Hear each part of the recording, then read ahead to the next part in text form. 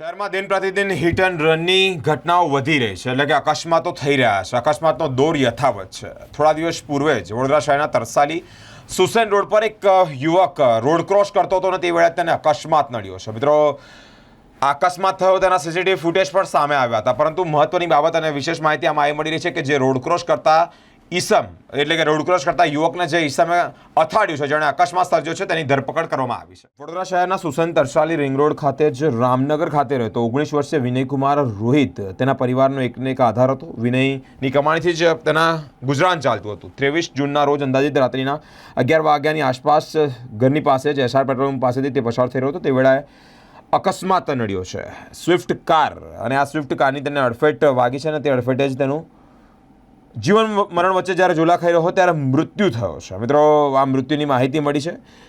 Sayaji hospital ખાતે તેને ખસેડવામાં આવ્યો હતો. 48 કલાકના જીવન મરણ બાદ તેણે અંતિમ શ્વાસ લીધા, એટલે કે તેનું મૃત્યુ થયું. મિત્રો, આ કાર ચાલક જેણે અકસ્માત સર્જ્યો છે તેની શોધખોળ આરંભવામાં આવી હતી. પોલીસે કાર ચાલકને ઝડપી પાડ્યો છે. તમામ સીસીટીવી ફૂટેજ પણ ફંફોડી નાખ્યા હતા તેને પકડવા માટે. ત્યારે તરસાલી શાક માર્કેટ પાસે લાગેલા સીસીટીવી કેમેરામાં જ અકસ્માત સર્જનાર આ સ્વિફ્ટ કાર કેદ થઈ હતી અને ત્યાં જ, એટલે કે પોલીસે કરજણ ટોલ નાકા સુધીના સીસીટીવી ફૂટેજ શોધ્યા. તેમાં વિનયને મોતને ઘાટ ઉતરનાર તરસાલી વિજયનગર ખાતે રહેતા કાર ચાલક ધવલ પટેલને શોધી કાઢ્યો છે. અકસ્માતની ઘટનાને અંજામ આપ્યા બાદ ધવલ પોતાના ઘરે ગયો અને ત્યારબાદ વડોદરાથી સેલવાસ નાસી છૂટ્યો હતો.